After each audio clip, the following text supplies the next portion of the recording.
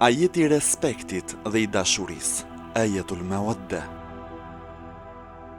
As ibn Hajar el-Haytami nuk e lë pa e përmendur këtë pjesë në librin e tij Sawa'iq. Këtu mund të përmendim edhe një transmetim tjetër më të specifikuar. Ky transmetim këtë herë na vjen nga i katërt i pjesëtarëve të mbulesës, El-Kisau, Imam Hasani, Taberani, me zinxhir transmetimi nga Ebi Tufejli, transmeton fjalimin e Imam Hasanit pas rënies shahid dëshmor të babait të tij, Imam Aliut, paqja qoftë mbi të.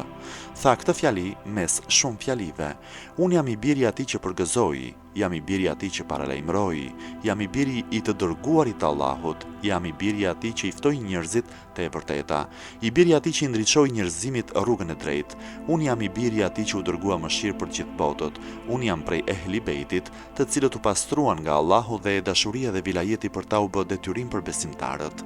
Prej asaj që i ka zbritur Allahu i madhëruar profetit Muhammed është: Qul la as'alukum alayhi ajra illa al-mawaddata fil qurba. Thuaj, unë nuk kërkoj prej jush ndonjë shpërblim për thirrjen time, vetëm se dashurinë për të afërmit. Këtë hadith e kanë transmetuar edhe Haythamiu në librin e tij, Majma'u Zawaid, Ebu Ja'la, Bezzar, Ahmed dhe Taberani. Pra ky transmetim është i saktë, nëse nuk do të ishte ajeti i respektit dhe i dashurisë i veçantë për katër personat që u futën në mbulesën e të dërguarit të Allahut, paqja dhe bekimi i Allahut qoftë mbi të dhe mbi familjen e tij, Imam Hasani, paqja qoftë mbi të, nuk do ta përmendte atë në fjalimin e tij dhe nuk do të krenohej me të.